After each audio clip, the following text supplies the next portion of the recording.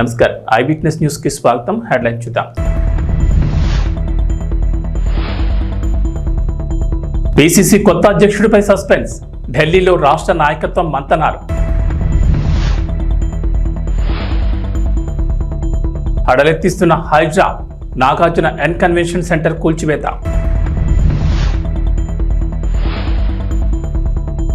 విశాఖపట్నంలో unit mall తొలి విడతగా కేంద్రం నిధుల విడుదల.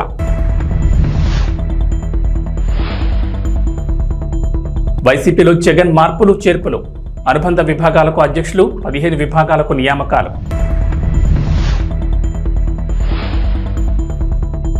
తెలంగాణకు రెయిన్ అలర్ట్, నేడు పలు జిల్లాల్లో భారీ వర్షాలు, ఎల్లో అలర్ట్ జారీ చేసిన అధికారులు. అక్రమ నిర్మాణాల కూల్చివేతతో హాట్ టాపిక్ గా మారిన Hyderabad disaster response and assets monitoring and protection ఎక్కడ తగ్గడలేదు. ఎవరైతే నాకేంటి అంటూ హైడ్రా అధికారులు కూల్చివేతలు కొనసాగిస్తున్నారు. తాజాగా హైదరాబాద్ మాదాపూర్లోని ఎన్ కన్వెన్షన్ను హైడ్రా అధికారులు కూల్చివేస్తున్నారు. సినీ హీరో నాగార్జునకు చెందిన ఈ కన్వెన్షన్ను ఇవాళ ఉదయం భారీ బందోబస్తు మధ్య అధికారులు కూల్చివేతలు ప్రారంభించారు.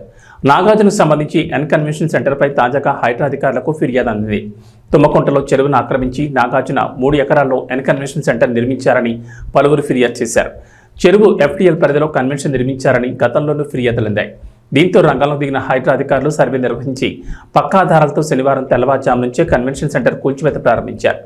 ఎన్ కన్వెన్షన్ లోపలికి వెళ్లే అన్ని దారులను అధికారులు మూసేశారు. మీడియాకు సైతం అనుమతి లేదని అన్ని దారుల్లోనూ బారికేడ్లు ఏర్పాటు చేశారు.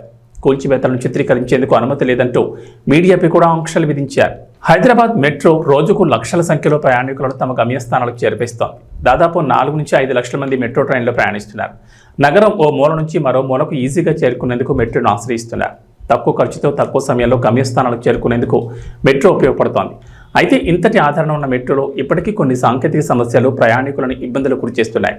కొన్నిసార్లు వారి జేబుకు చిల్లులు పెడుతున్నాయి. తాజాగా అటువంటి అనుభవం ఎదురైంది ఓ ప్రయాణికుడికి. హాలిడే ఉన్న రోజుల్లో మెట్రోలో తక్కువ ఖర్చుతో అపరిమితంగా ప్రయాణించేందుకు హైదరాబాద్ మెట్రో అధికారులు సూపర్ సేవర్ కార్డును తీసుకొచ్చారు. 59 రూపాయలు రీఛార్జ్ చేసుకుంటే నగరం అంతా మెట్రో రూట్లలో అపరిమితంగా తిరగవచ్చు. అయితే ఇవాళ ఉదయం ఎల్బీ నగర్ మెట్రో స్టేషన్లో ఓ ప్రయాణికుడు సూపర్ సేవర్ కార్డ్ రీఛార్జ్ నేడు 4వ శనివారం హాలిడే చేసుకునేందుకు ప్రయత్నించగా అతడికి చేదు అనుభవం ఎదురైంది. జేబులో డబ్బులు లేకపోవడంతో క్యూఆర్ కోడ్ స్కాన్ చేసి డబ్బులు చెల్లించాలని భావించాడు. అయితే మెట్రో స్టేషన్లో సిగ్నల్ ప్రాబ్లం ఎదుర్కోవడంతో రీఛార్జ్ కావడం లేదని సిబ్బంది చేతులెత్తేశారు. 2-3 క్యూఆర్ కోడ్ మిషన్లు పరిశీలించిన అందులోనూ నో సిగ్నల్ను చూపించడంతో మెట్రో సిబ్బంది డబ్బులు ఇచ్చి రీఛార్జ్ చేసుకోవాలని సూచించారు. తెలంగాణ పిసిసి నూతన అధ్యక్షుడి నియామకంపై సస్పెన్స్ కొనసాగుతోంది. ఆ పదవి ఎవరికి దక్కుతుందనేది హాట్ టాపిక్గా మారింది. కొత్త అధ్యక్షుడి నియామకాన్ని కొలికి తెచ్చేందుకు కాంగ్రెస్ అధిష్టానం ప్రయత్నిస్తోంది. ఈ మేరకు సీఎం రేవంత్ రెడ్డి నేతృత్వంలోని రాష్ట్ర నాయకత్వం శుక్రవారం ఢిల్లీలోని పార్టీ పెద్దలతో సమాలోచన చేసింది. పార్టీ అధ్యక్షుడు ఖర్గే, రాహుల్ గాంధీ, కేసీ వేణుగోపాల్, దీపాదాస్ మున్షిలతో రేవంత్, డిప్యూటీ సీఎం భట్టి, మంత్రి ఉత్తమ్ విడివిడిగా మాట్లాడారు. ఈ మేరకు కొత్త అధ్యక్షుడి నియామకంపై వారి అభిప్రాయాలు తెలుసుకున్నట్లు తెలిసింది. ప్రస్తుతం పీసీసీ అధ్యక్షుడిగా సీఎం రేవంత్ రెడ్డి కొనసాగుతున్నారు. పీసీసీగా ఆయన 3 ఏళ్ల పదవీకాలం నెల క్రితమే ముగిసింది. దీంతో కొత్త అధ్యక్షుడి ఎంపిక అనివార్యమైంది. పీసీసీ రేసులో చాలా మంది నేతలు ఉన్నారు. దీంతో సామాజిక అంశాలను పరిగణలోకి తీసుకుని పీసీసీ అధ్యక్షుడిని ఎంపిక చేయాలని భావిస్తున్నారు. ప్రస్తుతం రెడ్డి వర్గానికి చెందిన రేవంత్ సీఎంగా ఉండగా మరో బలమైన సామాజిక వర్గానికి ఆ పదవిని కేటాయించనున్నట్లు సమాచారం. ఏపీలో వాలంటీర్లకు శుభవార్త చెప్పింది ప్రభుత్వం. వాలంటీర్ వ్యవస్థ రద్దు చేసే ఆలోచన ప్రభుత్వానికి లేదని గ్రామ వార్డు వాలంటీర్లు, సచివాలయాల శాఖ సంచాలకులు ఎం శివప్రసాద్ స్పష్టం చేశారు. సాంకేతిక కారణాల వల్ల వారి గౌరవ వేతనాలు 2 నెలల నుంచి బకాయిలు పడ్డాయని తెలిపారు. ఆ బకాయిలను విడుదల చేయమని ఆర్థిక శాఖకు నివేదికలు కూడా పంపామన్నారు. త్వరలో జరిగే కేబినెట్ సమావేశంలో ఈ అంశం ఆమోదించే అవకాశం ఉందని, వాలంటీర్లలో అత్యధికులు విద్యార్థికులు కావడంతో వారిని మరింత ఉన్నత స్థానంలో తీసుకునేలా ప్రభుత్వం ప్రణాళికలు రూపొందిస్తుందన్నారు. అంతేకాదు వాలంటీర్లకు స్కిల్ డెవలప్మెంట్ శిక్షణ కూడా ఇవ్వనుందని, గౌరవ వేతనం పెంపు తదితర అంశాలపై పరిశీలిస్తుందన్నారు. వాలంటీర్ల వ్యవస్థ కొనసాగింపు, ఇతర అంశాలపై అనవసర అపోహలు వద్దన్నారు శివప్రసాద్. సచివాలయ వ్యవస్థ ఉంటుందని, వాలంటీర్లను తొలగించబోమని అన్నారు. ప్రజా ప్రయోజనాల కోసం వాలంటీర్ల వ్యవస్థ ఏర్పాటు చేశారని, వారి ఉద్యోగ భద్రతకు ఎలాంటి ఇబ్బంది లేదన్నారు శివప్రసాద్.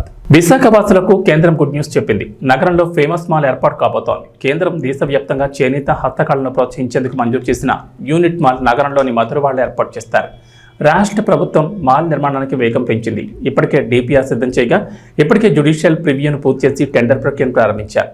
ఈ మాల్ను మొత్తం 172 కోట్లతో నిర్మిస్తారు. అయితే ఇప్పటికే తొలి విడతగా 86 కోట్లను కేంద్రం మంజూరు చేసింది. మాల్ నిర్మాణానికి నిధులు సింగిల్ నోడల్ అకౌంట్లో జమ చేస్తారు. ఈ మాల్ ప్రాజెక్టును 2 ఏళ్లలో పూర్తి చేయాల్సి ఉంటుంది. వచ్చే ఏడాది మార్చి లేదా ఏప్రిల్ నెలలో మిగిలిన నిధుల్ని కేంద్రం విడుదల చేయనుంది. ఈ నిధుల్ని 50 ఏళ్ల కాలానికి వడ్డీ లేని రుణంగా కేంద్రం అందజేస్తోంది. మధురవాడలో నిర్మించే ఈ మాల్ ఋషికొండ బీచ్కు 5 కిలోమీటర్ల దూరంలో ఉంటుంది. దీన్ని సముద్రపు ఒడ్డున 5 ఎకరాల్లో G+4 తరహాలో నిర్మించేందుకు డిజైన్ సిద్ధం చేశారు. ఈ మాల్ను కొండ ఏటవాలు ప్రాంతంలో సముద్రాన్ని ఆనుకుని నిర్మించేలా ప్లాన్ చేశారు. వైఎస్ఆర్సీపీ అధినేత వైఎస్ జగన్మోహన్ రెడ్డి పార్టీలో ప్రక్షాళన మొదలుపెట్టారు. తాజాగా మరోసారి మార్పులు చేర్పులు చేశారు. పార్టీకి సంబంధించిన అనుబంధ విభాగాలకు రాష్ట్ర అధ్యక్షులను నియమించారు. వైఎస్ఆర్సీపీ రైతు, మహిళా, మైనార్టీ, న్యాయ, గ్రీవెన్స్ విభాగాల అధ్యక్షులను నియమించారు. ఈ పదవుల్లో ప్రస్తుతం ఉన్నవారినే కొనసాగిస్తున్నారు. వైఎస్ఆర్సీపీ రైతు విభాగం అధ్యక్షుడిగా ఎంవీఎస్ నాగిరెడ్డి, వైఎస్ఆర్సీపీ రాష్ట్ర మహిళా విభాగం అధ్యక్షురాలిగా MLC Varudu Kalyani, YSRCP minority cell అధ్యక్షుడిగా ఖాదర్ బాషా, వైఎస్ఆర్సీపీ లీగల్ సెల్ అధ్యక్షుడిగా మనోహర్ రెడ్డి, వైఎస్ఆర్సీపీ గ్రీవెన్స్ విభాగం అధ్యక్షుడిగా నారాయణమూర్తిని కొనసాగించారు. వైఎస్ఆర్సీపీ ట్రేడ్ యూనియన్ అధ్యక్షుడిగా పూనూరు గౌతమ్ రెడ్డికి మళ్లీ బాధ్యతలను అప్పగించారు వైఎస్ జగన్. ఇతర విభాగాలకు సంబంధించిన వివరాలు ఇలా ఉన్నాయి. వైఎస్ఆర్సీపీ ఎస్టీ సెల్ అధ్యక్షుడిగా ఎమ్మెల్యే విశ్వేశ్వరరాజు, వైఎస్ఆర్సీపీ పంచాయతీరాజ్ విభాగం అధ్యక్షుడిగా వెన్నపోస్ రవీంద్రారెడ్డి, వైఎస్ఆర్సీపీ మున్సిపల్ విభాగం అధ్యక్షుడిగా రేపాల శ్రీనివాస్, వైఎస్ఆర్సీపీ వాలంటీర్ విభాగం అధ్యక్షుడిగా నాగార్జున యాదవ్, వైఎస్ఆర్సీపీ ట్రేడ్ యూనియన్ అధ్యక్షుడిగా గౌతమ్ రెడ్డిని నియమించారు. మరి మధ్యాహ్నం 2:20 ఘటన జరిగితే 2 గంటల ప్రాంతంలో ఈ ఘటన జరిగితే ఈ ఘటనకు సంబంధించి జరిగిన వివరాలను ఒక్కసారి గమనిస్తే ఈ ఘటనలో ప్రభుత్వం స్పందించకూడదు అన్న తాపత్రయము ఎక్కువగా కనిపిస్తూ ఉంది. ప్రభుత్వం 17 మంది చనిపోతే ఈ ప్రభుత్వం మొట్టమొదటగా సాయంత్రం 4 గంటలకు హోంమంత్రి వచ్చి ప్రెస్ మీట్ను అడ్రస్ చేస్తూ తాను మాట్లాడినప్పుడు కూడా సహాయానికి సంబంధించి పర్యవేక్షించడానికి తాను అనకాపల్లికి వెళ్తున్నాను అన్న మాటలు వాళ్ళ నోట్లో నుంచి రాలేదు. మరో గంట తర్వాత అంటే సాయంత్రం 5 గంటల ఆ ప్రాంతంలో కార్మిక శాఖ మంత్రి ఎవరి పరిధిలోకి వస్తుందో, ఈ డైరెక్టర్ ఆఫ్ ఫ్యాక్టరీస్ అనేది ఎవరి పరిధిలోకి వస్తుందో, ఈ కార్మిక శాఖ మంత్రి కూడా ప్రెస్ మీట్ పెట్టి ఎంతమంది చనిపోయారో తెలియలేదు అన్నాడు. వివరాలు లేవు అని మాట్లాడతాడు. తాను కూడా హుటాహుటిన అక్కడికి వెళ్ళాలి అనే తాపత్రయం కూడా చూపించడు. ఘటన జరిగిన తర్వాత ఘటన స్థలానికి కలెక్టర్ ఎప్పుడు పోయాడు, అధికారులు ఎప్పుడు పోయారు, కమిషనర్ ఎప్పుడు పోయారు అన్నది ఒక్కసారి గమనిస్తే ఇంకా బాధ కలిగించే అంశాలు. అధికార పార్టీకి సంబంధించిన నాయకులు ఎప్పుడు పోయారు అని చూస్తే ఇంకా బాధ కలిగించే అంశాలు. కనీసం ఘటన జరిగితే కనీసం అంబులెన్స్ను కూడా కనీసం మొబిలైజ్ చేసి ఆ ప్రాంతానికి తీసుకుని రాని పరిస్థితి. బాధితులు ఎవరైతే ఉన్నారో వాళ్ళందరినీ కూడా కంపెనీకి సంబంధించిన బస్సుల్లో తీసుకొస్తా ఉన్నారు, హాస్పిటల్లోకి తీసుకొని పోయే పరిస్థితి. నేను ఒకసారి తేడా గమనించమని అడుగుతా ఉన్నా. ఇలాంటి ఘటనే ఒకసారి మా ప్రభుత్వ హయాంలో కూడా జరిగింది. ఎల్జీ పాలిమర్స్ అనే ఘటన జరిగింది. కోవిడ్ మహమ్మారి ఉన్న సమయం అది. మేలో జరిగింది, మే 2020 ప్రాంతంలో జరిగింది. ఒకవైపున కోవిడ్ మహమ్మారి ఉన్నప్పటికీ కూడా ప్రభుత్వం ఎలా పలికింది, ఎలా స్పందించింది అని ఒక్కసారి కంపారిజన్ చేయాలి. ఆ ఘటన తెల్లవారుజామున రాత్రి 3:40 తెల్లవారుజామున 3:40కి ఆ ఘటన జరిగితే తెల్లవారుజామున 3:40కి ఆ ఘటన జరిగింది. పట్టపగలు కాదు. జరిగితే 5 గంటల కల్లా కలెక్టర్ స్పాట్లోకి వెళ్ళాడు, కమిషనర్ స్పాట్లోకి వెళ్ళాడు.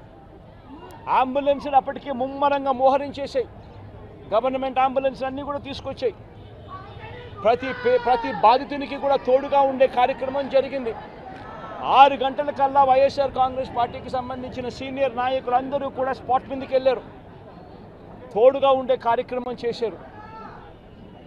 అదే రోజు 11 గంటల కల్లా, మధ్యాహ్నం కూడా కాదు, మధ్యాహ్నం కాకమునిపే 11 గంటల కల్లా ఏకంగా ముఖ్యమంత్రి అంటే నేనే ఏకంగా స్పాట్లోకి నేనే రావడం జరిగింది. స్పందించిన తీరు గమనించమని అడుగుతా ఉన్నా. వెంటనే 24 గంటల్లోనే ఏకంగా ₹1 కోటి కాంపన్సేషన్ ప్రకటించిన పరిస్థితులు గతంలో ఎప్పుడు జరగల. ఇట్లాంటి ఘటనలు జరిగినప్పుడు గవర్నమెంట్ ఎప్పుడూ కూడా రెస్పాన్సిబిలిటీ తీసుకొని గవర్నమెంట్ ఎప్పుడూ కూడా బాధితుల పట్ల సానుభూతితో ఎప్పుడూ వ్యవహరించలా. ఇంతగా వ్యవహరించిన పరిస్థితులు ఎప్పుడూ లేవు. మొట్టమొదటిసారిగా ₹1 కోటి కాంపన్సేషన్ ఇచ్చిన ఏకైక ప్రభుత్వం మొట్టమొదటగా వైఎస్ఆర్సీపీ ప్రభుత్వమే, మన ప్రభుత్వమే, జగన్ ప్రభుత్వమే ఇచ్చిందని కూడా చెప్పడానికి కూడా సంతోషపడతా ఉన్నాను నేను. ఇక్కడ 24 గంటల్లోనే ఏకంగా ₹30 కోట్ల అక్కడికి ఇమీడియట్లీ పంపించి బాధితులకు తోడుగా నిలబడడం జరిగింది. ఎవరైతే దెబ్బలు తగిలాయో, ఎవరైతే ఉన్నారో వాళ్ళని వెంటనే హాస్పిటల్లోకి చేర్పించడం, 3 రోజులు హాస్పిటల్లో ఉంటే ₹10 లక్షల మేర కాంపన్సేషన్ ఇవ్వడం, హాస్పిటల్లోకి జరిగిన మైనర్ ఇంజనీర్స్కి కూడా వెంటనే ₹3 లక్షలు ఇవ్వడం, హాస్పిటల్లోకి ఎవరు వచ్చినా కూడా చిన్న గాయాలతో వచ్చిన వాళ్ళకు కూడా ₹25,000 మేరకు వాళ్ళకు కూడా కాంపన్సేషన్ ఇచ్చి పంపించడం, ఏకంగా గ్రామాలకు కూడా 15,000 మంది 15,000 మంది నివాసం ఉంటా ఉన్న చుట్టుపక్కల ఉన్న 5 గ్రామాలకు సంబంధించి ప్రతి ఒక్కరికి కూడా మళ్ళీ ₹10,000 కూడా ఇచ్చి కూడా తోడుగా నిలబడిన పరిస్థితులు ఆ రోజుల్లో వైఎస్ఆర్ కాంగ్రెస్ పార్టీ ప్రభుత్వ హయాంలో జరిగాయి. నేను ఇక్కడ ఎందుకు చెప్తా ఉన్నాను అంటే, మనిషి ఒక ప్రభుత్వం అధికారంలో ఉన్నప్పుడు స్పందించే తీరు ఎలా ఉంటుంది అన్నది చాలా ఇంపార్టెంట్. ఈ ఘటనలో చంద్రబాబు నాయుడు గారు ఇక్కడికి వచ్చినప్పుడు ఆయన ప్రెస్ మీట్ చూసి ఆశ్చర్యపోయా. జగన్ హయాంలో జరిగే ఈ ఘటనలు అని చెప్పి చెప్తాడు కానీ, నేరాన్ని ఇక్కడ నుంచి డైవర్ట్ చేసే కార్యక్రమం చేస్తాడు కానీ, ఆశ్చర్యం ఏమిటంటే చంద్రబాబు నాయుడు ఇంతకుముందు 2014 నుంచి 19 ఆయన ముఖ్యమంత్రిగా ఉన్నప్పుడు ఆయన హయాంలో జరగలేదా? ఈ ఘటనలు ఇటువంటివన్నీ ఎవరి హయాంలో అయినా కూడా జరుగుతాయి. ఆంధ్రప్రదేశ్ అసెంబ్లీ ఎన్నికల వేళ రాజుకున్న అల్లు వర్సెస్ మెగా వివాదం ఇప్పటికీ తారాస్థాయికి చేరుకుంది. అంతేకాకుండా ఇప్పటివరకు సోషల్ మీడియాలకే పరిమితమైన ఈ టీజింగ్ ఇప్పుడు మీడియా వరకు చేరింది. మెగాస్టార్ చిరంజీవి పుట్టినరోజు సందర్భంగా ఇందిరా సినిమాను రిలీజ్ చేసిన సంగతి తెలిసిందే. అయితే ఇందిరా మాటేమో కానీ థియేటర్లలో బన్నీని మాత్రం దారుణంగా టీచ్ చేశారు మెగా ఫ్యాన్స్. చిరుకి శివాజీ వెన్నుపోటు పొడిచే సీన్ వచ్చినప్పుడు బన్నీ అంటూ నినాదాలు చేశారు. ఇక ఈ వీడియోలు సోషల్ మీడియాలో తెగ వైరల్ అయ్యాయి. అయితే వీటికి బన్నీ ఫ్యాన్స్ కూడా గట్టిగానే కౌంటర్లు వేశారు. కానీ ఇప్పటివరకు సోషల్ మీడియాకే పరిమితమైన ఈ ఫ్యాన్స్ వార్ ఇప్పుడు మీడియా ముందుకు వచ్చేసింది. ఇందిరా రిలీజ్ వేళ ఫ్యాన్స్ ముందు మీడియా మైకు పెట్టడం పాపం. అల్లు అర్జున్పై ఓ రేంజ్లో రెచ్చిపోయారు మెగా అభిమానులు. ఈ వీడియోలు కూడా ఇప్పుడు వైరల్ అవుతున్నాయి. ఇక వాతావరణ విషయానికి వస్తే తెలంగాణలో గత కొన్ని రోజులుగా వర్షాలు కురుస్తున్నాయి. అన్ని ప్రాంతాల్లోనూ జోరుగా వానలు పడుతున్నాయి. తాజాగా రాష్ట్రానికి మరోసారి రెయిన్ అలర్ట్ జారీ చేసింది హైదరాబాద్ వాతావరణ శాఖ. నేడు రాష్ట్రంలో విస్తారంగా వర్షాలు కురుస్తాయని చెప్పింది. పలు జిల్లాల్లో భారీ వర్షాలకు ఛాన్స్ ఉందని వెల్లడించింది. ఉత్తర పశ్చిమ బెంగాల్, ఈశాన్య, జార్ఖండ్ ప్రాంతాల్లో అల్పపీడనం ఏర్పడిందని అన్నారు. దీనికి అనుబంధంగా ఆవర్తనం సగటు సముద్రానికి 7.6 కిలోమీటర్ల ఎత్తులో కేంద్రీకృతమైందని చెప్పారు. అల్పపీడన ప్రభావంతో తెలంగాణ వ్యాప్తంగా వర్షాలు కురుస్తాయన్నారు. మరో 5 రోజుల పాటు రాష్ట్రంలో భారీ వర్షాలు కురిసే అవకాశం ఉందన్నారు. నేడు నిర్మల్, నిజామాబాద్, కామారెడ్డి, జగిత్యాల, ఆదిలాబాద్, కొమరంభీం, ఆసిఫాబాద్, మంచిర్యాల, భద్రాద్రి కొత్తగూడెం, ఖమ్మం, మెదక్, ములుగు, కరీంనగర్ జిల్లాలో ఓ మోస్తరు వర్షాలకు ఛాన్స్ ఉందని చెప్పారు. నిర్మల్, సంగారెడ్డి, మెదక్, కామారెడ్డి, నిజామాబాద్, రంగారెడ్డి, వికారాబాద్ జిల్లాల్లో భారీ వర్షాలకు ఎక్కువ అవకాశాలున్నాయని చెప్పారు. ఈ మేరకు ఆయా జిల్లాలకు ఎల్లో అలర్ట్ జారీ చేశారు. భారీ వర్షంతో పాటు ఉరుములు, మెరుపులు ఉంటాయని, పలు చోట్ల పిడుగులు పడే ఛాన్స్ ఉందని చెప్పారు. గంటకు 30 నుంచి 40 కిలోమీటర్ల వేగంతో బలమైన ఈదురుగాలులు వీస్తాయని అన్నారు. ఏబీ బులెటిన్ విశేషం. నమస్కారం.